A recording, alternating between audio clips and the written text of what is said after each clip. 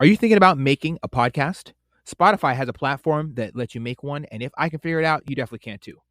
You can create your own content all in one place for free with zero hangups and even earn money as soon as you get started. Spotify lets you record and edit episodes from your phone or computer so you can go mobile, just like I enjoy to do. My favorite thing about it is that you can create video episodes if you wish and upload them to wherever podcasts are heard. You can even set up subscriptions, or if you're like me, listener support options for listeners to help you grow. I 10 out of 10 recommend the Spotify for Podcasters app. Or, why don't you just step over to www.spotify.com/podcasters to get started on your own podcast. The following is a conversation between me and Alex Parker. Alex is not just a great competitor, he's also an astounding human being, and his wisdom that he's learned through his hard times is something that I wanted to spotlight today. I hope you enjoy this as much as I did. And as always, thank you for listening to Off the Deep End. All right, so let's get straight into it. I'm sitting here with my boy Alex. So this is our first time meeting each other. So I don't know if I can call you my boy, but I'm gonna call you anyways because I'm sure we're gonna be good friends after this. So why don't you tell me a little bit about, who you characterize yourself as? I've never tried this before, so we'll try that. Okay, that's interesting.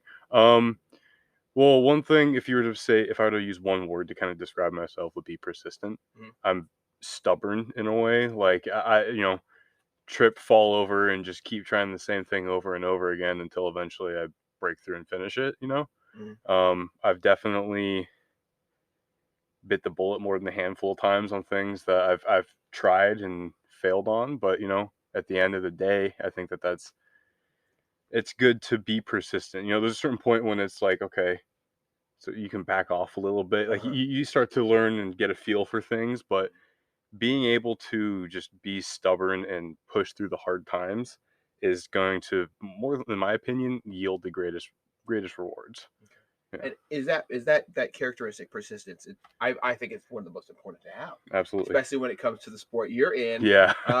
This fitness lifestyle that we as athletes take is so over. It's encompassing everything. It encompasses everything. It's like taking a big blanket and saying, okay, I'm going to smother out everything. Any fire that's not strong enough to burn through it, I would call that what these obstacles we face, whether it's injuries, life happening, and persistence is definitely a key component in pushing through those. Absolutely. Did you learn that? So when did you learn that? Did it start in your childhood? I think I learned it from my dad. He's blue collar worker. He met my mom back in high school and married very young. Had an older brother when he was in the Navy. Bouncing around. Yeah. What? Another one? Navy? Yes, sir. Yes. Wow. Do you know what he did in the Navy? He was in the engines on the ship. So he wasn't one of those air bums. No, awesome. Sir. All right. I love it. He's getting greasy down in the boiler rooms pretty much. Okay, cool. Yeah. But I learned it from him. He after the Navy, he basically kept that, working on like engines and stuff like that. He became a machinist and stuff. And I would always see him come home when I was younger, and he'd have like metal shavings on his flannels, and he would smell like a machine shop. And that was what I knew and understood as kind of like that was my dad. But the gold standard. Yeah, right? Of course. Effort, work, bacon on the table. Absolutely. And I didn't grow up with the most amount of money. We made it through and stuff, but we definitely had our struggles. And I didn't realize the position that my parents, especially that my dad, was kind of put into until I became older. Like reflecting back, I was like, damn, my dad's been wearing that same t-shirt since I was 5 years old. And that was like a year ago. And so it was like, okay, by being persistent and applying myself to the work, the field that I've been in and the sport that I'm in, I can attempt to give back to the years that he's given to me. And for Christmas and stuff like that, it's like, maybe think of something that's like, a fun gift for him. But basically I'm like buying him like socks, t-shirts, and shoes. And I'm like, here you go. Here's a new wardrobe. Now go beat it up. Yeah, I feel like that's being persistent will get you there. It's just being able to provide for others. I love that, man. I like how you're talking about giving back that energy he put in you as a child. Mm-hmm. I think it's so important to have. Now I've already said this a bunch of times. Very present mothers, but like having for a son to have a present father is such a powerful Absolutely. thing, and we're missing a lot of it in society. It's Yeah.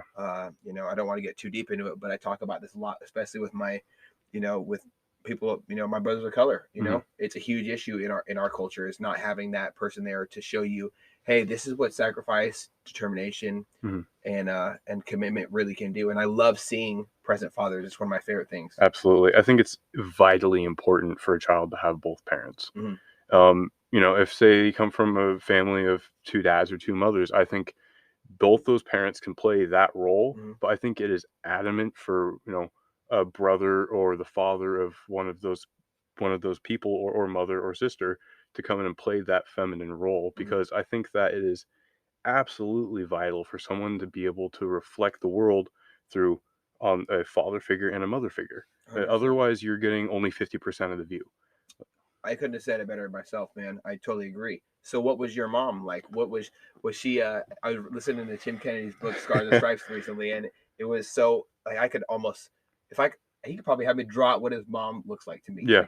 Like someone who loved art, was very into creating culture in his home life. So what was your mom like for you? My mom was super, super big on basically making me grow up emotionally, I would say. You know, my dad was the one that would be like, you know, okay, well, you're playing sports, you need to figure out how to get there and you need to do this, this, and this. My mom was the one that would kind of like, she would stay at home. She would help me with my homework and stuff like that. And she was there for me in the moments that my dad was at work. So she helped fill in those gaps. And it was just, you know, they came into play, both of them, when I needed them, and it was, in my opinion, vital in helping me grow up. Hell yeah, man! Yeah. That's like more than that's exactly what I want to try to provide for my future children. Absolutely. Is, you know, me and my wife we've been together since about since high school, and we spent so many years talking about what we want to be, and we saw a lot of examples around us what we don't want to be. Yeah. And so nitpicking and shedding those I would say toxic individuals for family was important, and setting healthy boundaries and creating a healthy space for children to grow up is really high on my priority list. Yeah. So growing up, was there a lot of sports? You know, because a little bit, athlete, yeah. I've only a couple times seen a couple like people just fall into bodybuilding, or just they never tried it before and they fall like a lot of people call them nerds, but they fall into jiu-jitsu. Yeah. But they're now they've become a tacticians. Yeah, that's awesome. Of fooling you with clothes on your body, right? So for me, I played baseball from kindergarten until 8th grade. Cool. I play soccer here and there. I play a little bit of basketball. I was kind of jack of all trades, just kind of trying out the sports, you know, little league, having fun with it. And then I became like the fat, lazy kid. Like, you know, growing up, like you go through a growth spurt, you're always hungry. Well, my parents weren't necessarily nutritionists, so it was like kind of like whatever mom made, whatever they bought from the store. So I was just eating kind of a bunch of junk food. I put on a bunch of weight and sat inside and played a bunch of video games, basically. And then basically bodybuilding and weightlifting wanted me, it's kind of started with me just like, I kind of want to just lose some weight, and I didn't really know what I was doing. Were you strong when you first started? Oh, hell no. Okay, because I know a lot of they call it what they call it, fat guy strength. Yeah. So you have a lot of you know, when we're walking around with all this weight on our body, whether we like it or not, we're creating muscle. Yeah, gravity pulling you down. Gravity pulling you down, and you're resisting that and it's like walking around with a weight vest on all the time. Yeah, I was definitely sedentary. Okay. I would sit around and play games. I started with like weight training. How about this? Let's put a little restart on things. So middle school, 8th grade, and stuff like that. That was the last year I played baseball, right? Okay. Going in the beginning of 8th grade, my aunt, who was an older sister for me, she actually died of a heroin overdose. Oh my goodness, I'm sorry to hear that, man. You know, it's in the past. But that kind of made me close up emotionally. It was, I didn't even cry when I found out about it. Just kind of like shocked in a way. Yeah. I didn't understand it, you know, I was a kid. And then come the day of her funeral, I had to write my name in the book, basically the attendance book, right? And signing my name on that paper for me was like finally accepting that she had died. And yeah, I definitely that I had a big breakdown in that moment. And from then on, I basically didn't. I emotionally closed off Yeah. from 8th grade till about 20, 21 years old. Um, and I tucked myself away, basically avoiding people, and just I played games because of something that was just a bit of an escape. The But dopamine release yeah, from yeah. you But know. I got tired of sitting around doing nothing and just getting fat. So I wanted to get into weightlifting, and so I started getting a freshman weight training class and stuff like that, and learning all of that stuff. And the reason I think I stuck with it for so long wasn't because it clicked for me, wasn't entirely because I enjoyed it. I mean, I enjoy physically exerting myself, I always have, but I think it was more of like a I can feel something almost. Yeah, it was the best way for me to release kind of like those pent up feelings, whether it be anger or sadness. Like it was just a way for me, get underneath the bar and kind of let it out. Yes. Um, and I stuck with it all through high school. I went through weight training classes, and never really took it entirely seriously because I didn't know what I was doing. I was just listening to the PE teacher and stuff like that. And what school did you go to? Stay in high school. Okay. Yeah. And we, a couple buddies of mine started going to. No, I'm remembering this wrong. I'm sorry. My brother's friend asked me to join him to go to the gym and I get an actual gym membership. So he was the first person to kind of take me under his wing and kind of show me a little bit. And we got the ball rolling with that. I think that happened my sophomore year. Um, Stuck with that for a little bit, and then my junior and senior year, I got a group of friends that really got into it, and that was kind of a big thing for me that kind of kept me going. It was more of a hangout more than anything. Yeah, camaraderie. Absolutely. Yeah, Um, building a sense of brotherhood. yeah, 100%. Um, but senior year was when for me it was finally like I think I'm figuring this out. Like I think I can be good at this kind of thing, and I really started to really get into it. Um, at at that time, I think every young man or young person kind of goes through like those the dark periods of their life, right? Everyone gets stuck in their head and stuck in their thoughts and stuff like that. And at that time, I was still emotionally closed off. I was turning into a man, and I didn't understand a lot of the things I was feeling. Um, so weight training for me was kind of like an escape.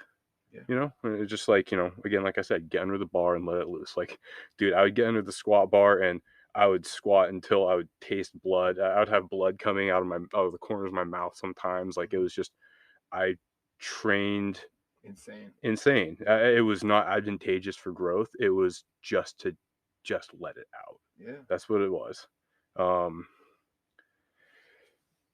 Then I got into my buddy Nick Main. He's not into bodybuilding anymore. He busted himself up training with me. Him and I just trained like absolute animals for way too long.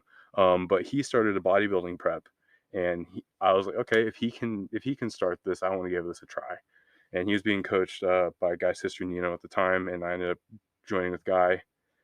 And Guy coached me for my first show. Actually, my first 3 preps, Guy coached me. I can't remember the name of the first show, and then I did Emerald Cup a year later, and then the Ironman.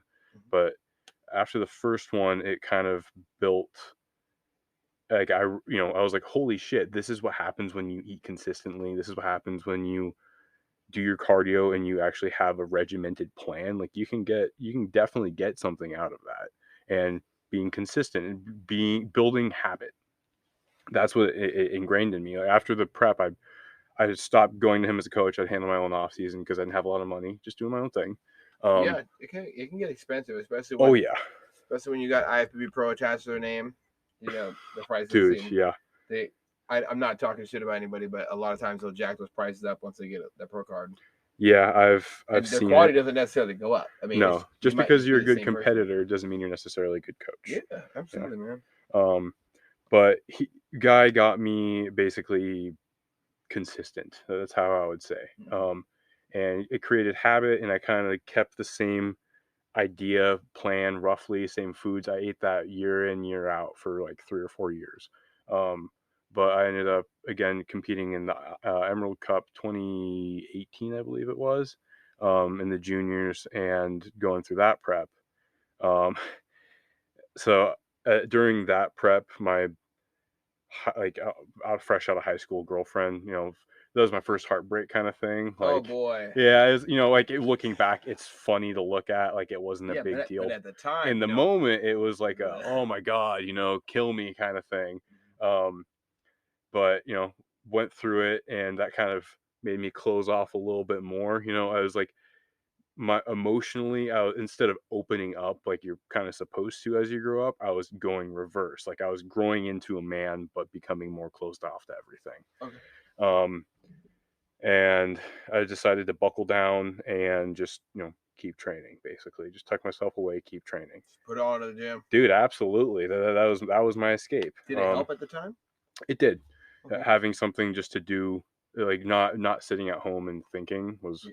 because I didn't understand it. Looking back, it was like whatever. It was more, all I call almost more of a fling, but in the moment, that shit hurt. Yeah. Well, I think one of the best masculine motivation videos I've ever heard was called Heartbreak, and it didn't necessarily have to apply to just relationships. To me, it applies to like me not having family members anymore that I was close to as Yep. well. Whether you like it or not, you accepted this person and that you made them a part of you, not just Yep. your life, right? But a part of you. Yeah. And in some ways, in other ways, and it can bother you, losing a girlfriend or a brother or a father or a mother, Yep. losing anybody can bother you. Yeah. And you talked about with your aunt.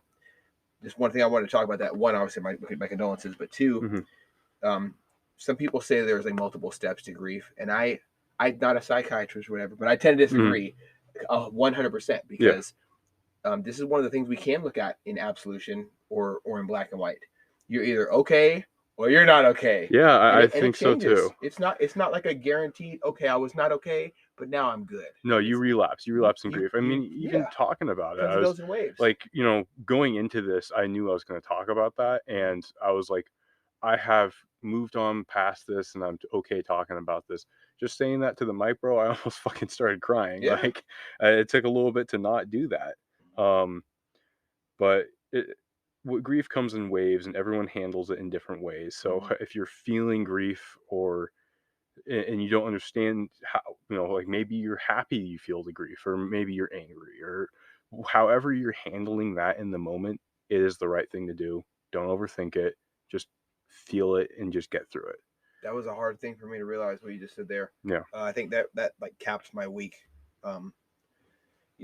Obviously I do a lot of work with, trying to combat suicide and stuff like that locally and across. Like all I can do is work off my phone, but because I'm not like I'm just one person. I can't save the world, but I try to do what I can, and it always hits me differently. Every single death that I experienced, these people were in different pieces of my life, so different things hit me different. Yeah. Sometimes I smell what the beach off of Norfolk or Miami smells like, or I smell the Florida Keys, or I see a certain color in the American flag that reminds me how and you get an emotion. The water, and it gets me emotional. Yeah.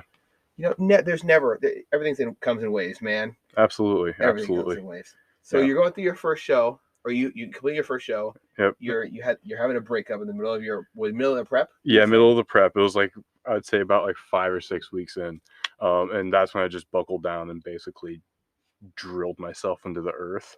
I was pretty happy with the progress that I got out of it. But again, second show, still competing as a junior, natural. Just kept going with it.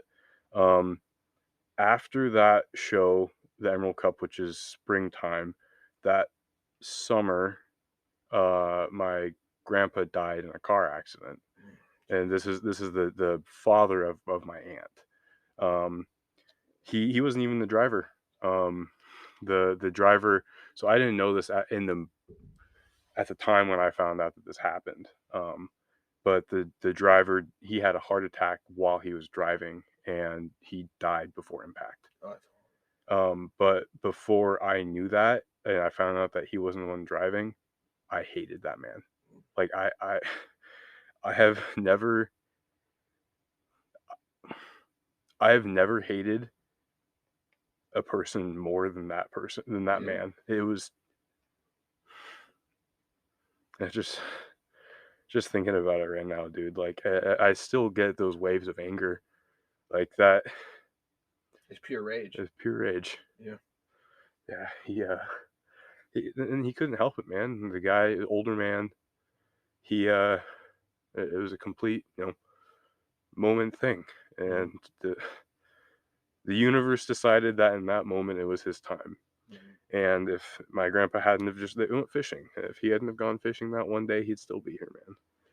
Yeah, and again, my heart goes out to you, man, because it can be exceptionally difficult to deal, especially when you're going through bodybuilding preps, dealing with any emotion at all. Yeah. It can be either, I would say it's magnified sometimes, and other times, and coaches help with this, and having a team helps with this. Sometimes that emotional will pop up, and you're so disassociated with that emotion and you can kind of classify rage or sadness or even happiness sometimes. Yeah.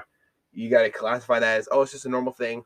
I'll be happy about that later. Yeah. I'll be sad about this later. And you almost put things on reserve. That's what I did with my aunt's death. I put those things on reserve. With my grandpa passing, that shattered my world. It's still, I mean, like, that was 2019. Just a couple years ago. Or that was 2018. I apologize. That was 2018. And I mean, like, just this past year, dude, like, I felt like I had moved on, and I was on Facebook. I never use Facebook. It's just something I just don't use.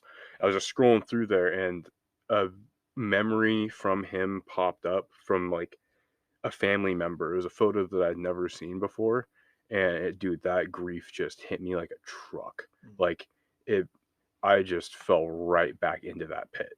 That was hard. Has weightlifting been how, like, on a scale like a 1 to 10, how would you recommend weight training or any type of physical activity or just movement? Like, movement's my therapy. Yeah, I agree.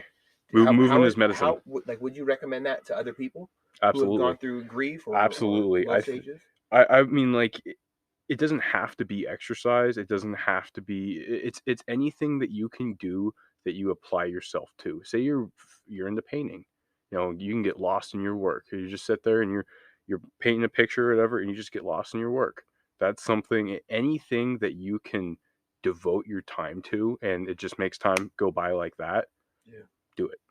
That is, in my opinion, hands down the best way to get your mind off of things and to, I don't know, vent in a way. Like, you can put your emotions into your reps, into your steps, into your stroke of your paintbrush. Whatever you're doing that you feel is a way to emotion dump, do it. One thing, how it was explained to me by one of my, I think it was Les Brown. He said, we are emotional as human beings, but you have to start disciplining those emotions. And he didn't mean discipline like disassociate with them necessarily, but he did mean invest them in the things that will ultimately in the long run help you, because when those things do come full circle, you do get this weird small hug from yourself later on. And I love doing things like that for me, because until you said that, I never made a conscious effort to focus as fitness being my mental health resource, especially transitioning out of the military can be hard for other people, but any transition can be difficult. Transitioning from the loss of a family member or moving your house. Yeah, dude, going from an apartment to a house, you move just, even like for me, I moved just down the block, and it's like, oh shit, my schedule just changed. It's like, okay, I got to kind of get back into a different swing of things. But it's like, that's small in comparison, but for sure it's a change. And it's just, everyone handles change differently, right? Everybody handles change differently, man. So with the whole training and basically, the venting that I would use it for, as the years went on, I would become more and more emotionally closed off. Like, I didn't understand the feelings that I would feel. I just knew that I was having them. And it was like, the best way I've described this on multiple occasions, it was like living in those like old silent films, black and white. The world was mute. Food didn't have taste. Like, literally, it was the world. I was just, floating through it.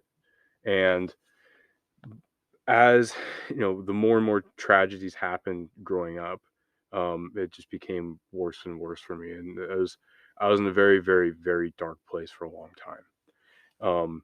But by meeting new people and literally forcing myself to do things I was uncomfortable doing, going out of my way to speak to people that I never would speak to, and just putting myself out there and spending the time again relearning to with training and with basically falling in love with training taught me to start feeling other things as well. Like I emotionally matured late. That's what I would say. Like took me a long time to understand this, but I would say about a year and a half, 2 years ago, right around the time that actually my girl and I started dating, it was like I started to figure it out. Like it was like, oh my God, it's okay for me to be happy. Like, so this world that I'm in is like, oh my God, there's actually color. Like the world is a beautiful, beautiful place. And it just took it because of all the shit that I went through. Like it was like I was putting on blinders. Like I couldn't see it. It was just, the whole world didn't exist to me. It was just, I was always looking down and shit. And forcing myself to be uncomfortable made me grow up. So with training or anything that you're uncomfortable with, put yourself out there. It will make all the difference in the world. Like if my brother wouldn't have basically forced me to go out on a hike with him one day, I probably wouldn't be where I am right now. There are times when I thought about doing bad things, and because my brother reached out to me basically and was like, hey, let's go out on this hike, and I got to step outside of my bubble, and it was like, oh my God, the world is a fucking beautiful, beautiful place, and there are beautiful people here. Why would I want to miss this? So, if anyone has dark thoughts or finds themselves in a rut, it will get better, but don't expect the world to get better for you. You're the one. You're the one that has to actively make the conscious decisions and the active work to make those differences.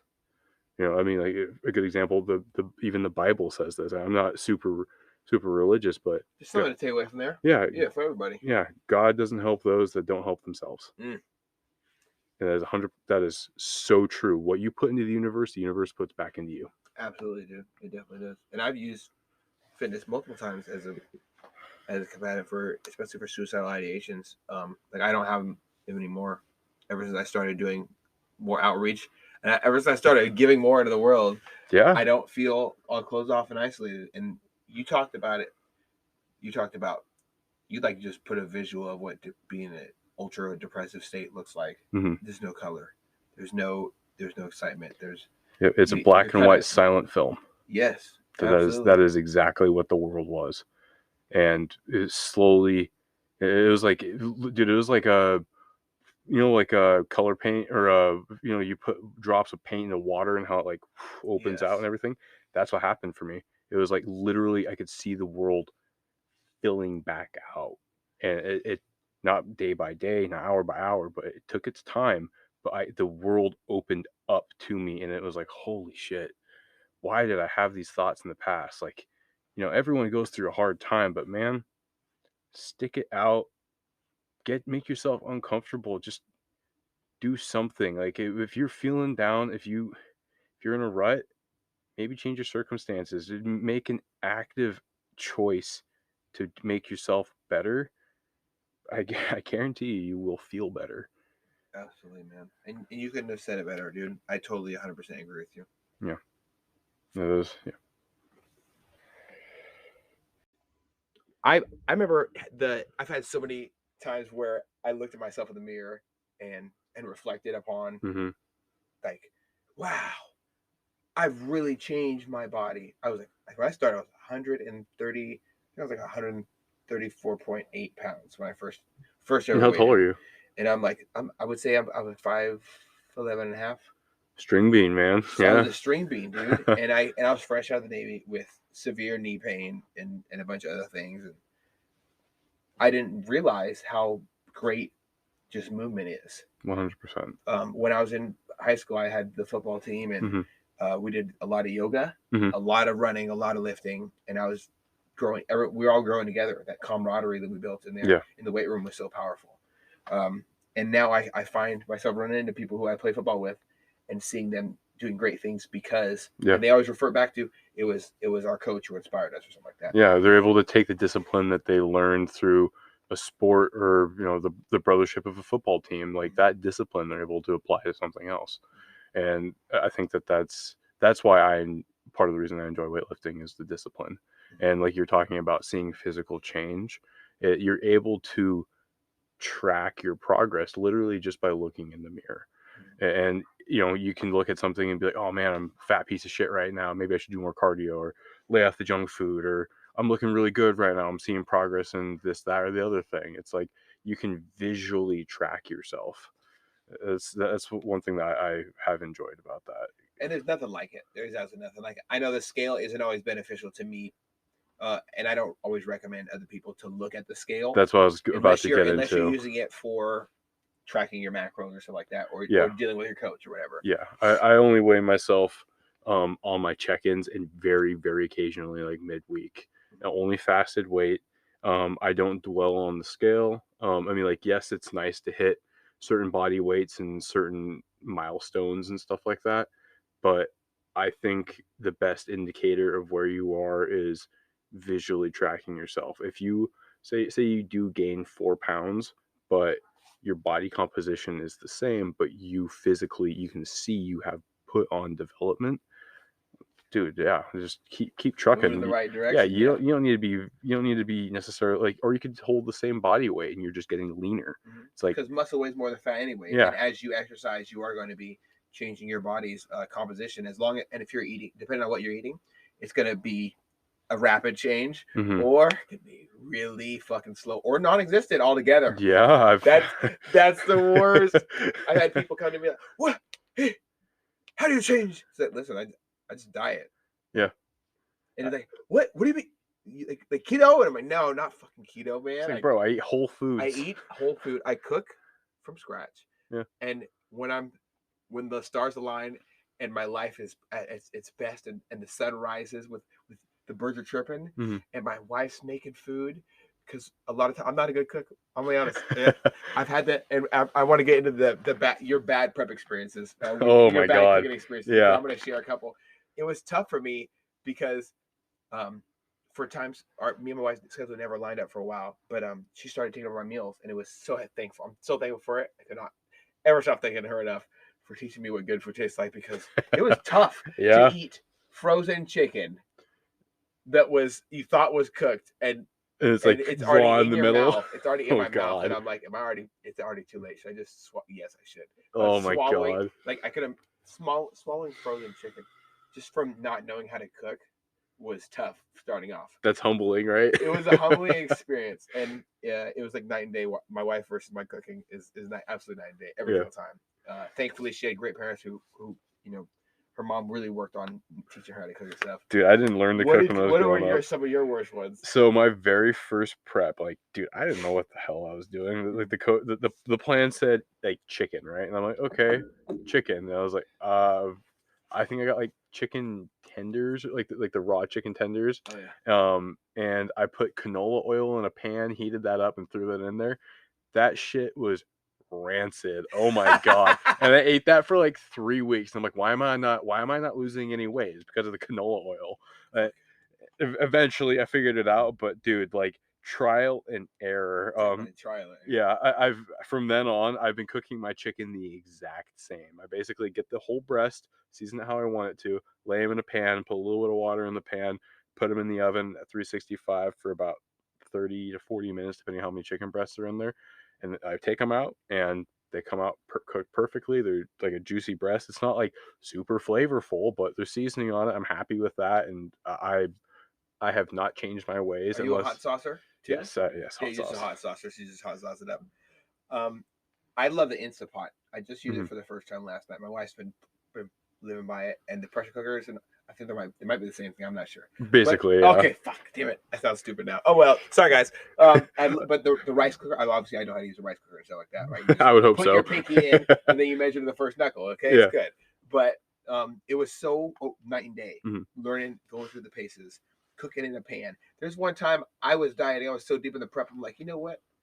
I wonder what Jack Daniels and sugar-free barbecue sauce tastes like. Yeah. So I cooked my food in Jack Daniels and sugar-free barbecue sauce, my chicken. Interesting. It wasn't all that bad except for the whole tastes like whiskey straight thing. Yeah, I bet that had a little bit of a bite to it. I should have used less, but I'm sure with just a little bit. Yeah, if you balance it just right, probably wouldn't be bad. For like softening up your chicken, Diet Coke. I have actually heard that that's really good. I think it's because it's acidic. Pineapple works really, really well too. Pineapple is the magic formula to life. I think that if you don't eat pineapple, there's something wrong with you. You might be classified as a Nazi in my eyes. I know I was thrown around like a lot lately, but I'm serious. So what else? What else were crazy things that you learned from cooking your own meals?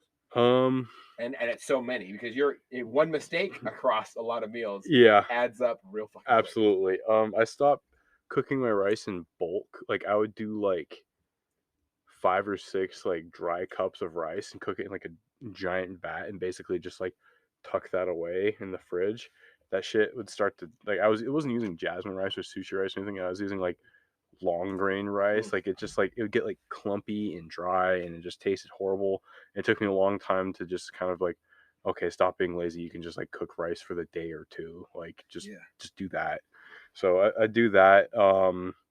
Potatoes, a good way to cook sweet potatoes. Skin them, poke some holes in it, paper towel, wrap it in the paper towel, wet it, microwave for about 9 minutes, and you have yourself a completely cooked through sweet potato. Do you like to cover it in stevia and cinnamon? I do sometimes. Basically, when I'm eating, I put all my food in a bowl and just like mash that shit up. Oh, yeah, you're one of those. I am one of those. Oh, so you don't like the taste separate? I don't mind it. Or you like eat like Major Pain? Because I'll scarf it down too. I don't care how it looks. I just want it all clumped. If my meat and my rice isn't clumped, I have a problem in my mind. Like mentally problem. I don't want a double scoop for the chicken and the rice. For me, it depends. The juices and the rice. Yeah, it depends on the dish that I'm eating off of. So if I'm eating off of a plate, my vegetables, my chicken, and my rice will be separated. If I'm eating out of a bowl, that shit is stirred together, and you can't tell the difference. Do you enjoy? So obviously, like chicken juice is great, but beef juice, steak juice is great. Shrimp juice is not on my list of great things. No. What about, have you ever tried when you're really close to the end of the prep, salmon with mustard? Yes. More than a handful of times. Fire, huh? It wasn't bad. I personally am a big fan of salmon with Cholula. Ooh. That's pretty good. I'm gonna do that next time. Salmon, Cholula, and mustard. I don't Spicy know. mustard it might combo. Have been just because I was really, really depleted at the point. Because when your body's in a state of super depletion, everything tastes good. For sure. I was so I felt almost lightheaded almost most of the time. Yeah. Just being so like flat. What's next for food? Yeah. Oh, it's food. And I'd eat it in like 4 seconds and I'd be like, that's it. So the biggest thing for me, this last prep, slowing down, especially when you have really little food, taking your time eating and chewing your food it literally mentally helps build up satiation. Okay. So take your time, take smaller bites, really take your time to chew it. You'll be more satisfied rather than horking down, a chicken breast and a pile of broccoli in like a minute. Turn it into an 8-minute meal. You'd be surprised. I'm gonna take a leaf out of your book, man. I really am. Well, that is wild because I know there's everybody who does bodybuilding, unless they have food cooked by somebody else, they have such a crazy different experience. But we always seem to end up with mustard and salmon. I don't know where it came in at. It's because mustard's 0 calories, man. It's a good fix-all. It adds a little flavor. I can't even eat ketchup anymore, dude. After I love mustard that much. Really? Yeah, on a burger, mustard. After prep, like say you go for like a burger or something like that.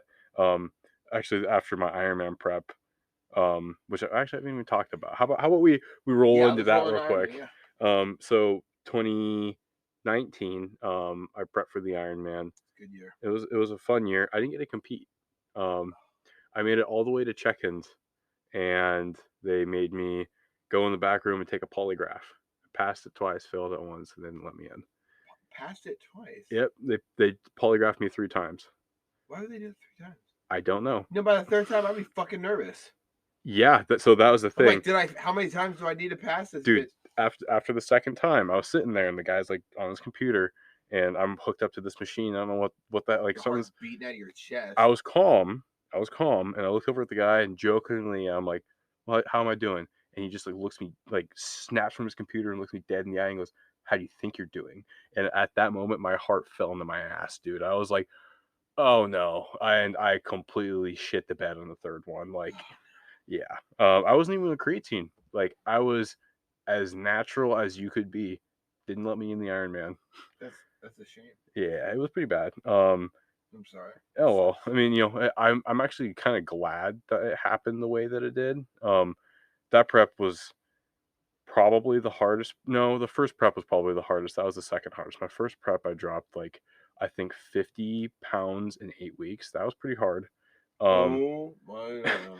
That is the stair mill, man. Stair mill sprints for 45 minutes twice a day. That was basically what did it for me. But Ironman prep, he really pushed the cardio.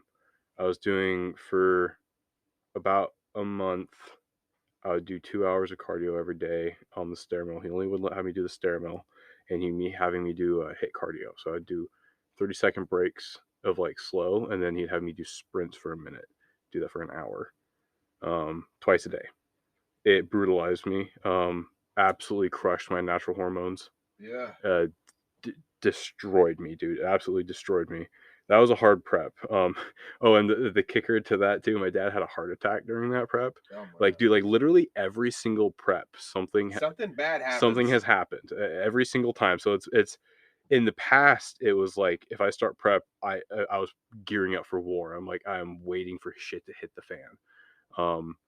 But after the Ironman, and I tucked myself away for a little bit and just kind of did my own thing. Fell back in love with training because I was kind of spiteful a little bit, but I fell back in love with training. That's kind of when I met Jack during a lockdown. Him and I started training together at Team. Team. They did a good job. I think that's where I first came across you. Really? And him. Yeah. I'm sorry. I sadly I don't remember. I usually, when I went to Team, went in there, worked out, and left. I try not to talk to anybody. Mm-hmm. For a multitude of reasons. I was going through some shit, and I tried to just I didn't want to be an asshole to other people. And yeah, I knew I wasn't in control of my emotions, and I tried to just compartmentalize it, right? But yeah, absolutely. I couldn't do it. So I ended up just lifting weights there and headed home. But yeah, that's fair, man. I started there, and then I went to a different gym called Body Shop down the way from here. I've heard it's a good gym. Haven't been there. I'm intending to go for sure. But timeline wise and stuff like that, training with Jack, and met a couple other people that were like into bodybuilding. Jack wasn't necessarily like into bodybuilding at the time, but he loved to train and all that stuff. And he's probably the most hardcore training partner I've ever had. He's the one that him and I would push each other, basically just like, we're crawling out of here. And then one day I was like, well, just thinking of in my head the most fucked up workout that I possibly could. And I'm like, why don't we do this?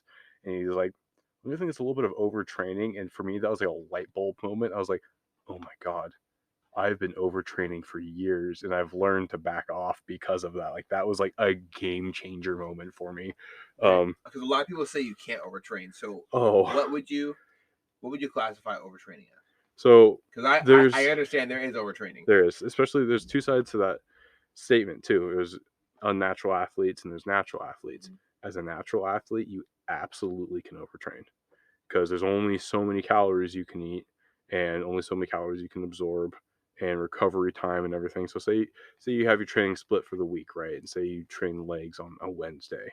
If you, as a natural athlete, absolutely crush yourself on legs and come leg day next week, you're still sore, you way overdid that. Like way overdid that. But that's how we would train for the longest time. As an enhanced athlete, yes, I believe you can overtrain. Off season, I would say not as easily, but when you're on prep, you need to be really, really mindful of, because if you're if you're overtraining, you're digging into the tissue, and then you're going to start burning muscle tissue. And the whole point of a prep is to burn body fat and preserve tissue.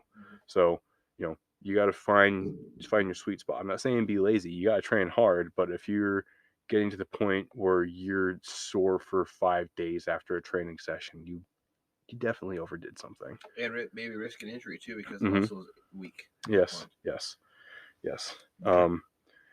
But at that time, I had kind of fallen away from bodybuilding. I just kind of got into training and stuff like that, and just taking care of myself. I was having fun with it.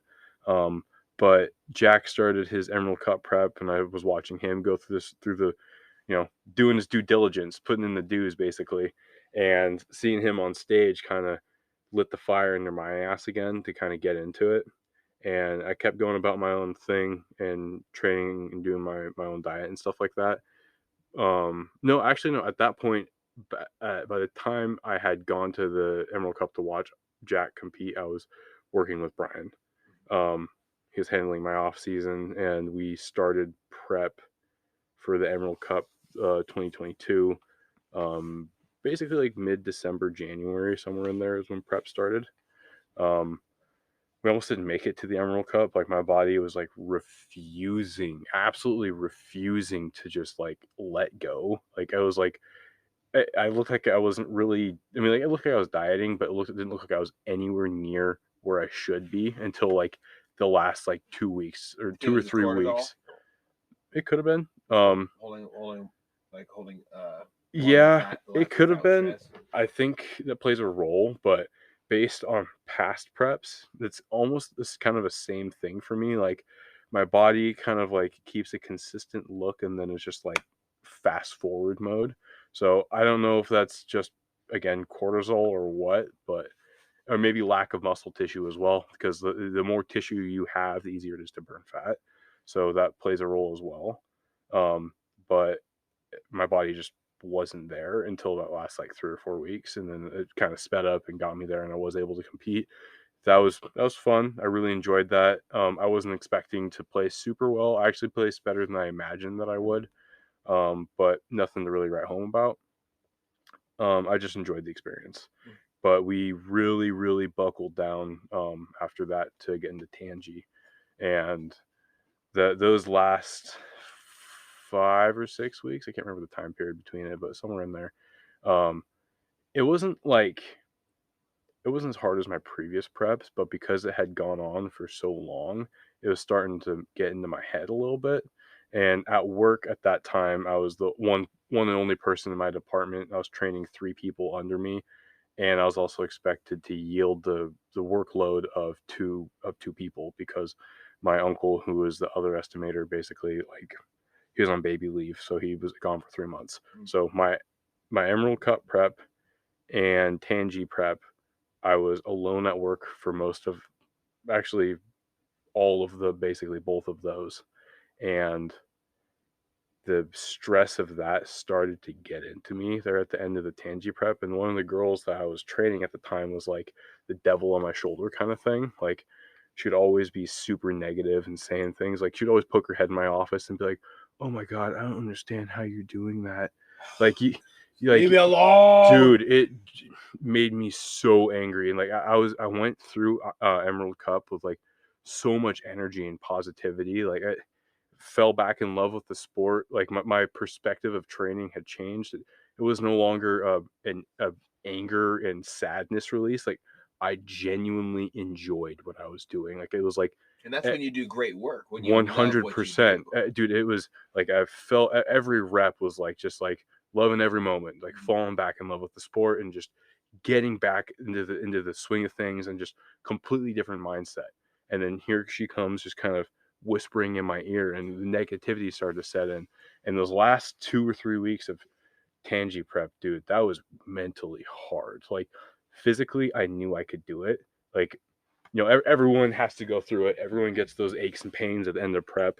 Like, doing cardio twice a day, like, it physically hurt. Like, I don't know how else to describe it. It wasn't like a, ow, my joints hurt. It's just like your whole body's like on fire kind of feeling. Like, that's what it was like for those last few cardio sessions, just like crushed me. But I knew I could do it. Like I'd been through the ringer before. I didn't doubt that I wouldn't be able to get through it, but it was the mental aspect for that end part of it that was the struggle. But I did my best to kind of lock it down, and I didn't really tell anyone about the position that I was mentally. Like it was like, I'm not going to be a bitch. I'm just going to get through this. Okay. Brought the best package I've ever had. Took the overall at Tangi, and we're deep into our off season now, getting ready for USA's. It is fantastic experience, and personally, I don't think I would have made it without Brian, dude. Brian is a kick-ass fucking coach. I definitely gotta agree with that, man. I don't have anything negative to say about that guy. If I have anything to negative, I'll take it back. If I have anything negative to say that he needs to pat himself on the back more. I think so too. Just once every now and then say, hey, I did a good fucking job. Yeah.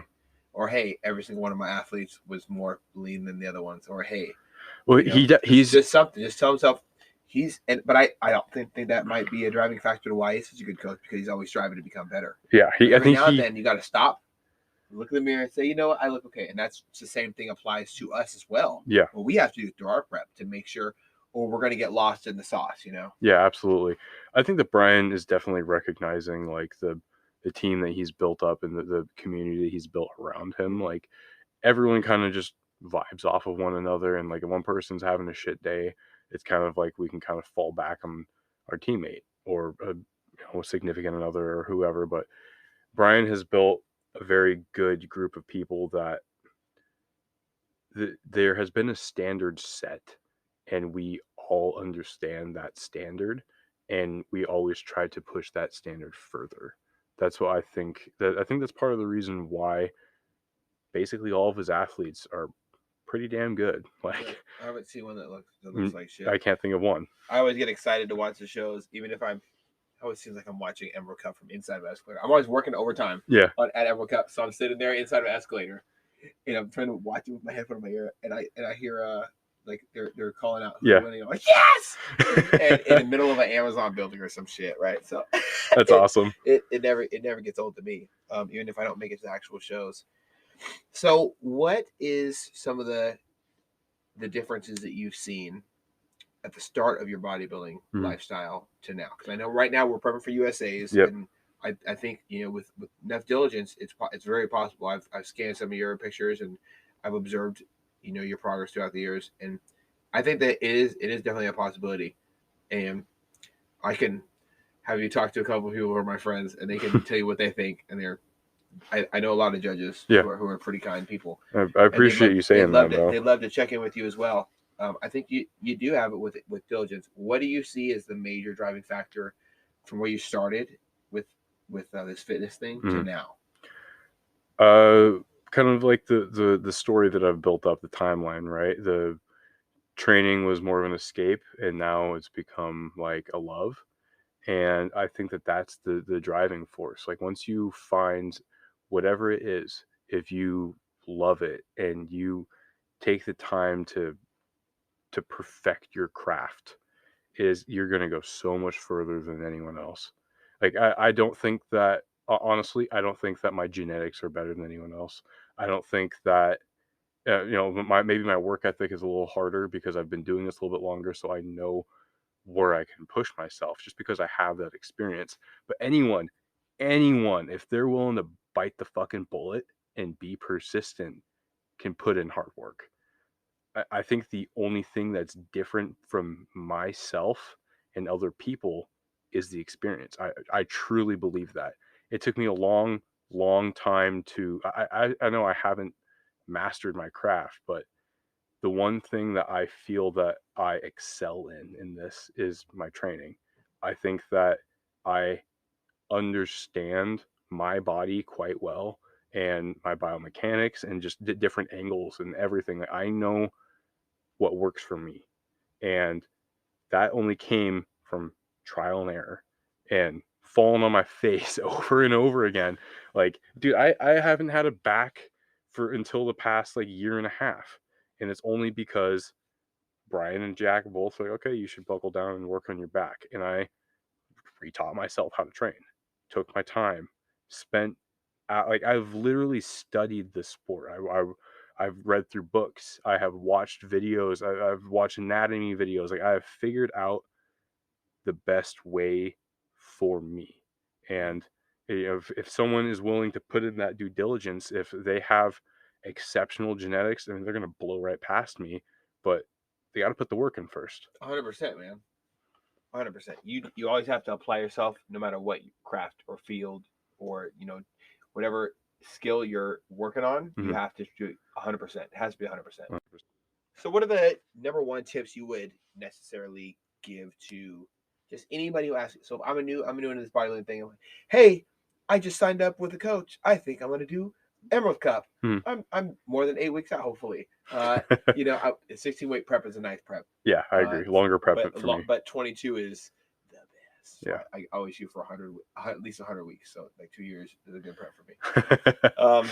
So what are the number one things that you would recommend to anybody just starting this whole meal prep thing? What are some tips? How do you make it work with work? A lot of people I find with excuses, I can't get it done with work. Yeah. My boss. I always tell people I take smoke breaks. That's literally it. So I go outside in the smoke where people are smoking. Yep. And I walk a little bit further where I'm not smelling it. Yep. And I smash that food and I walk back in. They're like, you never smell like cigarettes. I'm like, I know. Yeah, well, if you go through your employee handbook, which every new employee is going to get, in the state of Washington, you are required to have a 10 to 15 minute break after I think the first 2 hours. Then you have a lunch break, and then you have another 10 to 15 minute break. You have a total of about an hour break time, correct? Mm-hmm. That's when you eat. Like for me, I work behind a desk. That's what I do. And it'd be like, okay, it's 10 o'clock. I'd get up, grab my meal, heat it up, go back to my desk. I'd be working. I would work through my breaks, but I would still eat. I was still getting work done. I'm still being productive. That's the biggest thing, is just being like, go to your boss, but hey, I'm going to take my breaks. I'm still going to get my work done. And then you eat. And the biggest thing too is packing your meals. Like, I can't think of more. That's like the number one golden rule in bodybuilding. If you're going somewhere, if you're going to work, if you're going out for a road trip, you're going camping, you're going out to your parents' house, bring a meal or two. I remember one time we went for it was like 5 days. All I ate was leanest ground beef burgers I've ever created. Just dry. I just bought a bunch of lean ground beef, turned it into patties, froze it, and then I brought it with all the rest of the patties. That's smart. From everybody else eating, and I only ate my patties. That's smart. And I ate salad, and for carbs, I had like a fuck ton of potatoes, dude. Yeah. And it wasn't as great eating them potatoes, but I got my shit done. 100%. I drank my water. Where there's will is a way. I drank my alcohol after. Yeah. Ultimately, you can. I don't think there's any excuse that is acceptable for not achieving a goal. Like even if you're super into the the dance and EDM shit, right? Mm-hmm. I know people who party hard and work hard at the same time. You're gonna lose certain benefits, but you can still get pretty close. Yeah. Other tips and stuff like that. Big thing is cardio, man. Like a lot of people think cardio kills your gains. No, it's not true. Unless you're like doing sprints and stuff like that, then you might start digging into your legs a little bit. But do your cardio, it's going to increase your appetite. You're going to be able to push more food, and you're going to have a healthier heart. It's going to make you take that much longer. Other things as well, if you get into the bodybuilding world, I think that it needs, like, the people around you need to understand that you're doing something that is inherently selfish, because it is about you, and you're putting time into yourself to do this, but there is no other way to do it. You can't be 2 weeks out, 1 week out from a show, and you're just absolutely crushed and be like, oh, hey, we have like a family barbecue. It's like, I'm sorry, I will sit this out. Like I have a goal in the long run. Like, sure, some people can do it, but personally, you will put people on reserve. Or the people around you need to understand that you have a goal, and you are literally killing yourself to do this goal. And once you're done, then you will give back that time that you weren't able to give them. But you need to focus on yourself. Mhm. You can't, you eventually something will give if you're not sleeping and you're spending all your time with friends and family, and you still got to do your cardio, you still got to train, you still got to meal prep. You know, all the hundreds of things that someone does in a day, something's going to give no matter what. You can't give more than 100%. And if you are 100% spread out across all these things, you know, either you're subpar in all of them or you're just not doing something. And if you're in a bodybuilding prep, you got to train, you got to do your cardio, and you got to meal prep. So, like, just focus on yourself. Like, I can't say it more than enough. Like, Yeah, it, and I think that's exactly how it should be said too, because a lot of people call it selfish. I think that's a flawed way that society has shaped Mhm. bodybuilding, and it's a flawed way that society has shaped working on yourself at all.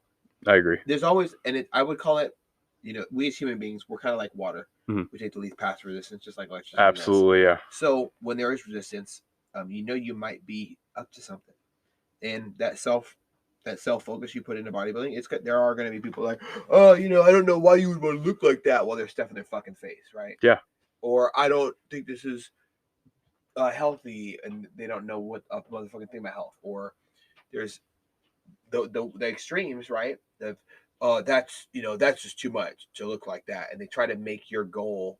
They It's almost like tried they to, try to kill your dream or something. yeah, they're and undermining the people work get you're mad, doing. like, are all surprised when you get pissed off, or I wouldn't even say Oh my offended. God, you're roid raging right now. It's like, I would no, be you have been, extremely wronged. You're being disrespectful. yeah, Shit, dude. There's yeah. this one time at work, this, I was like 2 or 3 weeks out from a show, and I was filling up my water bottle, just at the jug, filling up my water bottle, and there's this lady that was at her desk, that was right by the thing, and she's just stuffing her face with donuts, and she turns around, and while I'm bent over filling up my water bottle, shoves a donut in my face, and it's like, oh, I know, I bet you want a bite. And That's so I'm, rude. dude, I'm like, honestly, I'm very chill. Like, over, I would say this past year and a half, I've learned to be, you know, a little more snappy, because it's like I can't always be just like water off a duck's back. You got to grow a little bit of a spine, right? Mhm. But I've always been very chill, just kind of like motion of the ocean, just placid. That was the one time when I've snapped at someone, actually at work. Like, I was like, I just looked over and was like, get that the fuck out of my face. And she was like taken aback, like, oh my God, I can't believe you did that. It's like, I can't believe you just fucking yeah, did you've that. seen what I've been doing for the past 15 weeks. Fuck off with that shit. Like, come on. Yeah, it's not a joke either. Like, working towards something that means something to you, you know, that could be like, it's almost like a promotion, but it's a physical promotion. Yeah. You're physically promoting yourself to a different look.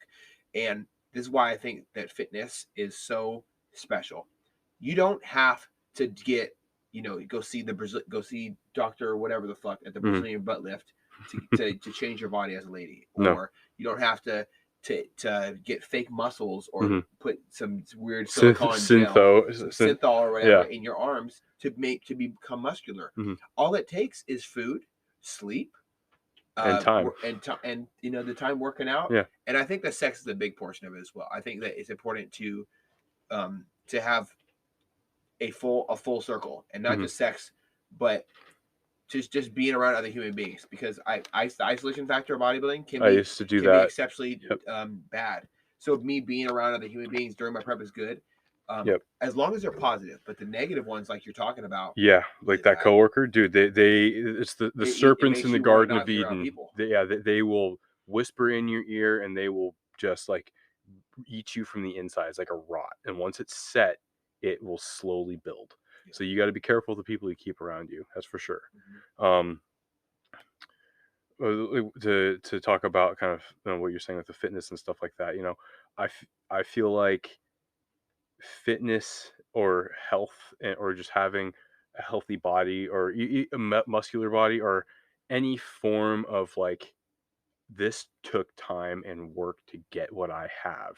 No matter what it is, like if say you're in calisthenics, say you're a runner, you know, you put the time in, and you put the work in to get where you are.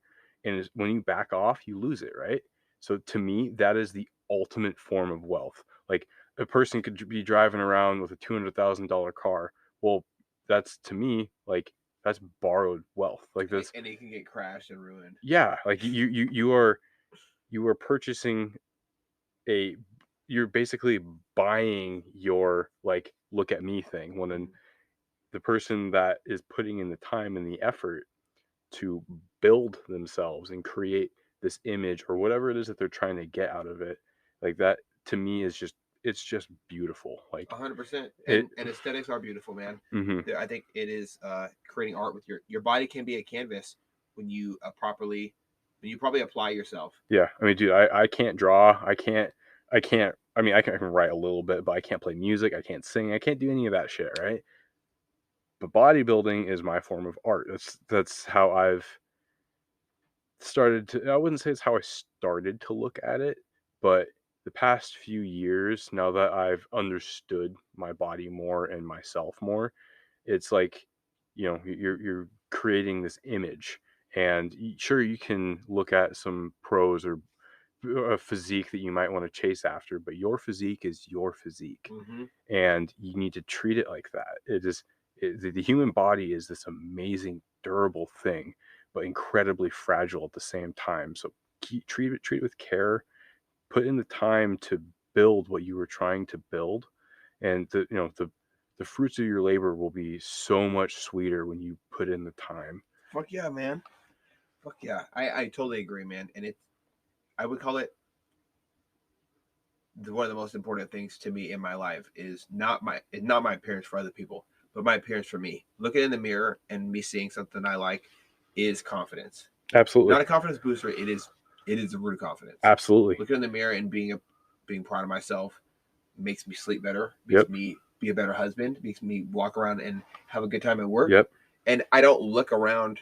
I think I've watched people who are into bodybuilding. They look around to see who's looking at them. Because I can tell they're grasping at straws for how they feel. And they're missing pieces of attention they need. Or it's a lack of self-confidence too. It is lack of self-confidence. Exactly, man. And I think it's important for us, like I just said earlier, right? Pat yourself on the back. As the journey goes. Acknowledge the work you've done. That 5 pounds that you lost. Fucking right on. Badass, celebrate it, man. Good for you. Don't celebrate it by eating a burger because you're just gonna, gain that 5 back. But I did a great job losing 20 pounds. Time to eat some fucking ice cream, and then it becomes habitual because we are habitual as human beings. You start to develop habits, and those habits repeat themselves. I've been the person to go on a hard prep and then regain all the weight like a couple weeks later. I've done that. Yeah. So don't do it. Oh, definitely not. When I get rid of these injuries, I'm actively working right now. I can't really do too much upper body. I can probably do upper body like once or twice a week right now. But is it because your shoulders? Yeah, because my shoulder. I have 2 tears still active. Oh, in my left shoulder. And so today was my first day doing 5 sets of bench, and I was like almost in tears on the way home. And doing a whole lot of brutal. This guy wanted to see what my shoulder could do, so he wanted me to do as many violent things as possible. I practice doing hammer fists into a medicine ball, or what do you call it? One of those bouncy, cushiony balls in there for reps. He was launching a ball at me, and I had to catch it while I was lying on the ground and throw it back up at him. Just for PT? Yeah, it's for PT, and he was just. I got worked to death today. I did a whole lot of things that simulated violent acts and stuff that has to do with jiu-jitsu and things like that, and some stuff that has to do with just bodybuilding. And it was great to see the fruits of my labor. I've been working at this for 5 months just to be able to being able to lift up my arm at all is a huge. Dude, I was gonna say that is amazing. Yeah, absolutely and now amazing. To be able to bench, like I hit 135. I only was able to do 5 reps because I felt uncomfortability, and uncomfortability is re-injury. Right around the corner. But that's one, you're on the bench and you couldn't even lift your arm before. And now you're doing 135 for 5 reps. Imagine trying to do that 3 months ago. Oh, 3 months ago is not impossible. It was not impossible. Absolutely. Dude, it's again, like I said, the human body it's so fragile because it's like, you fall wrong and it's like, you shatter your hip.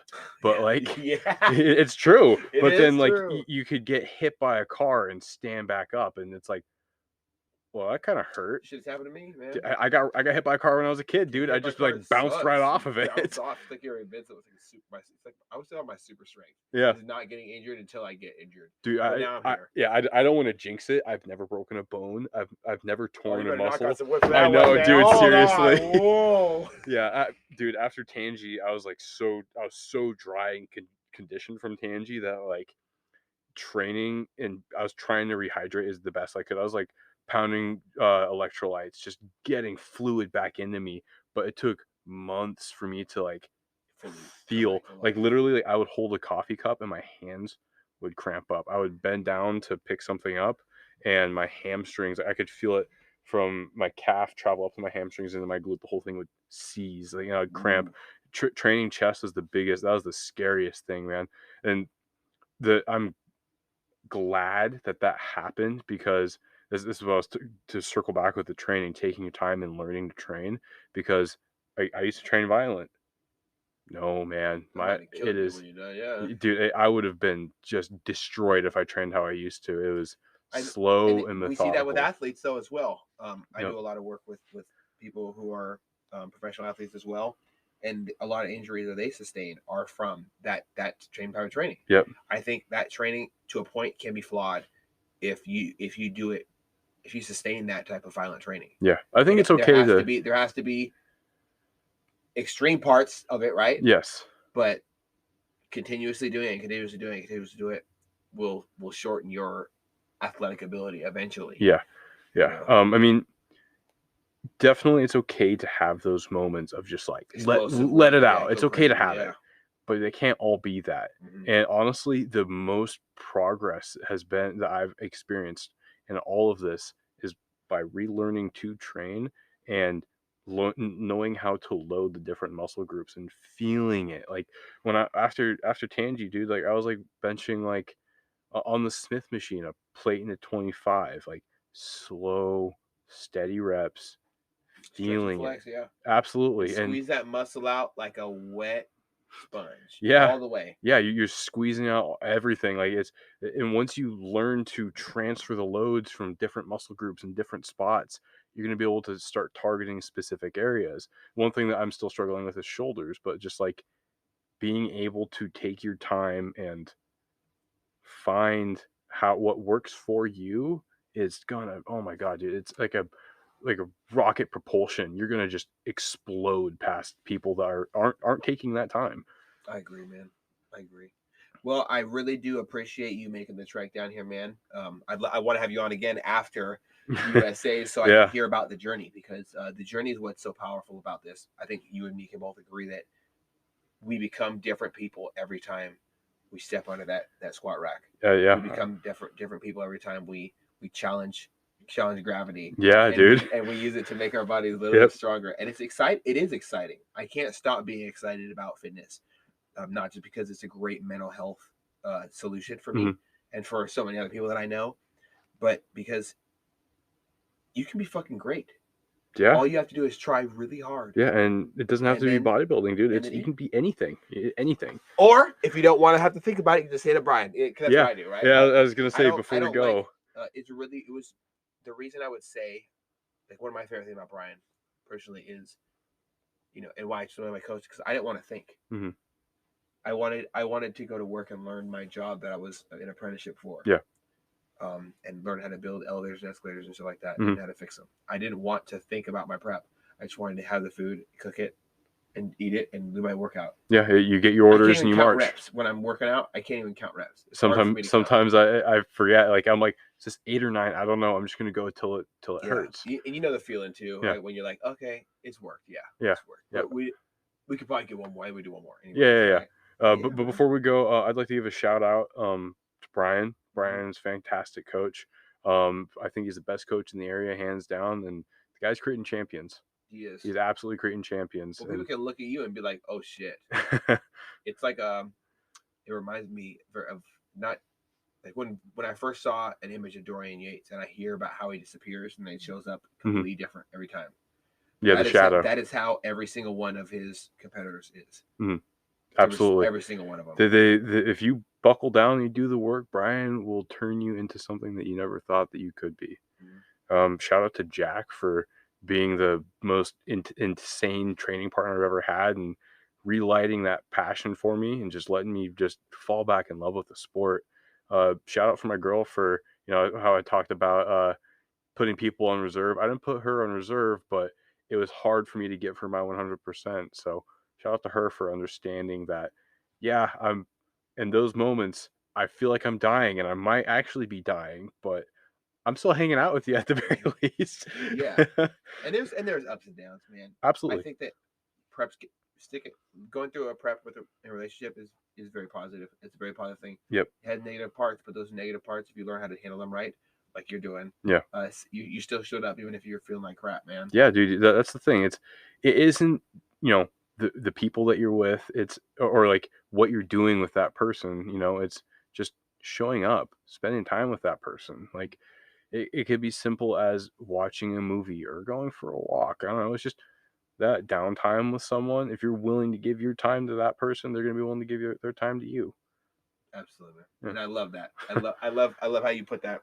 It's always a healthy reminder for me to take more time to focus on my relationship as well. Yeah. And I'm not perfect, man. I've I say these things and I'm saying it as a reminder to myself to, focus up, man. Sometimes it's, you got to turn the other way and start looking towards the people around you. Because again, I'm not on prep right now. I'm off season. I got to start spending time with friends and family and putting in my energy into my relationship, and which I'm absolutely trying to do. So, rock on, brother. Yeah. Rock on, man.